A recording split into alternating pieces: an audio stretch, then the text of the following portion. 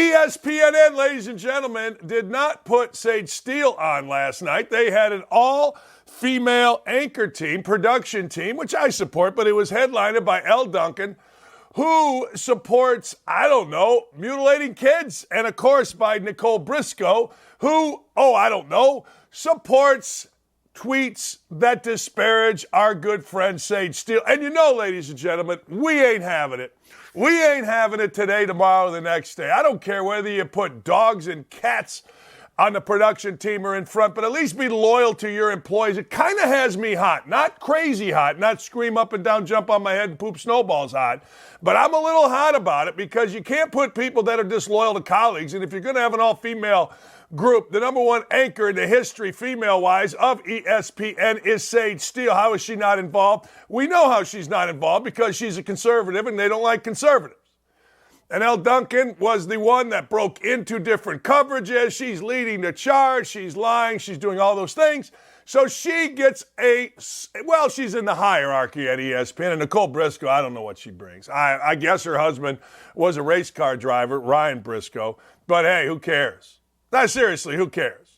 But anyway, they did it. Good for them. I don't care. Now, here's a real woman. I'm going to show you a real woman. Our friend Allison Williams, A-Dubs, A-Double-licious as we call her. Allison Williams went in front of Congress yesterday and just let them have it. She let ESPN have it. And those of you that have paid attention to our show, you know what we do. We have A-Dubs on. I was texting with A-Dubs last night after I saw this, and I got to tell you, this is pretty fantastic. Let's take a look. Bravo, Allison Williams. Nights were sleepless, days consumed by doubt and worry. Thankfully, my resolve strengthened with constant prayer, faith in God, and the support of loved ones.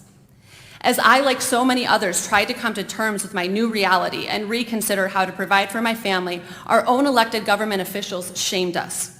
Anyone who didn't obediently follow orders to get in line and roll up their sleeves was portrayed as an enemy and a threat. No regard given to natural immunity, personal convictions, religious beliefs, or individual health, all valid reasons for declining this injection. If you were unvaccinated, you were part of the problem.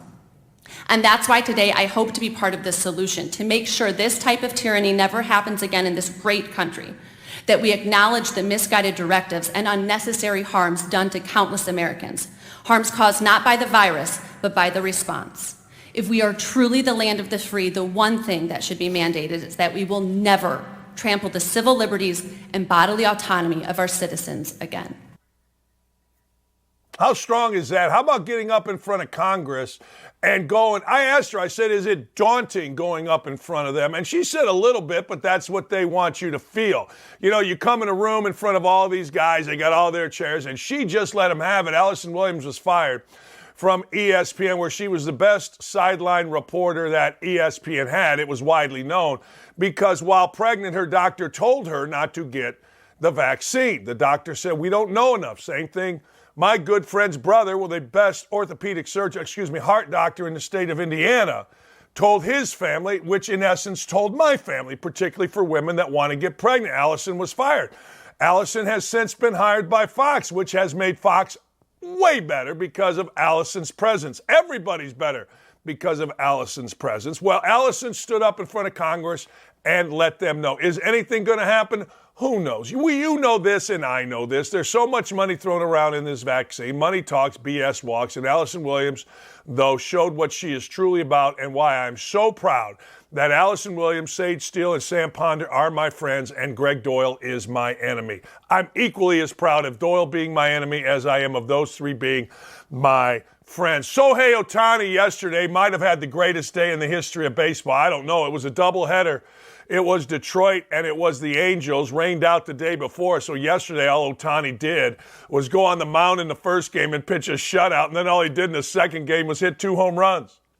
I mean, remember this in baseball, fellas. If a guy throws 98 pitches, oh, my God, he's got to be shut down for 5 days and Jeff Passan has to write a book. Oh, no, not Shohei Ohtani. Shohei Ohtani said, screw this. Give me my bat.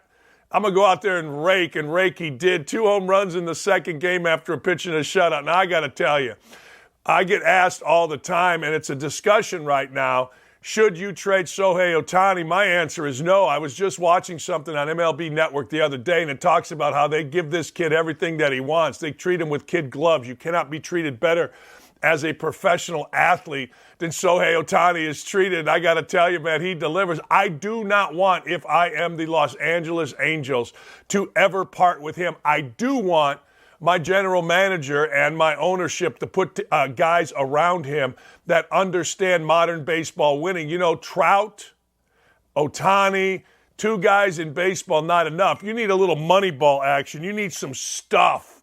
You need some guys that can get on base, some guys that can hit in the clutch, some guys that aren't afraid. You need a bullpen. And until you get a bullpen, you got no shot. But I'm not getting rid of this guy.